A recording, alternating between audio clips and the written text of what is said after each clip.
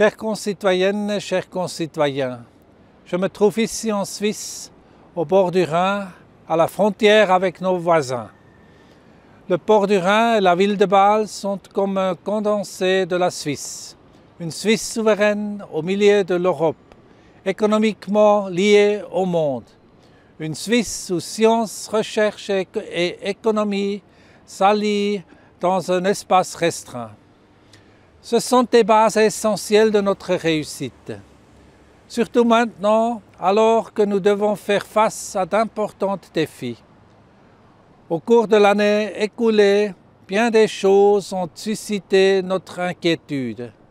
Tout d'abord, c'est le Francfort qui a ébranlé un grand nombre d'entreprises.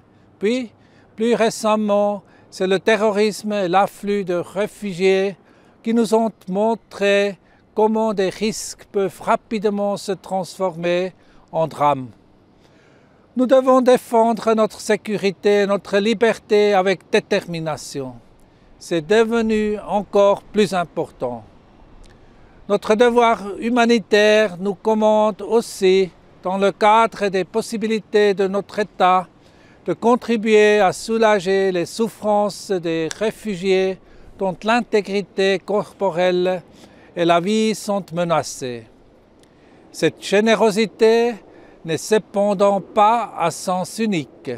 Celles et ceux que nous accueillons doivent aussi respecter nos règles. Chères concitoyennes, chers concitoyens, lorsque les passions se déchaînent, il est indispensable de s'appuyer sur ces forces. Les nôtres ne sont pas les moindres. La Suisse est le champion de l'innovation et de la compétitivité. Notre formation duale est parmi les meilleures du monde. Notre secteur public n'est pas paralysé par les dettes. Et grâce à tout cela, presque tout le monde dans notre pays a un emploi et du même coup une perspective. Vous contribuez tous à ce succès, chaque jour comme individu et citoyen, engagés dans la société et dans votre profession.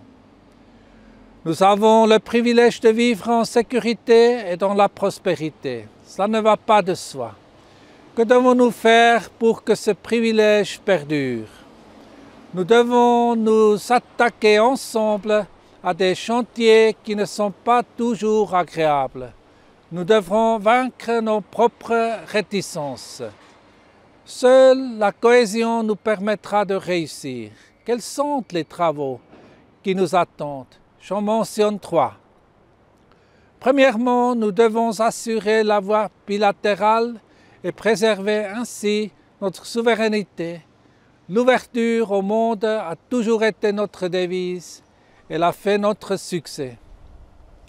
Deuxièmement, des entreprises fortes sont le meilleur garant de l'emploi et l'emploi est le meilleur garant de la sécurité sociale et du bien-être.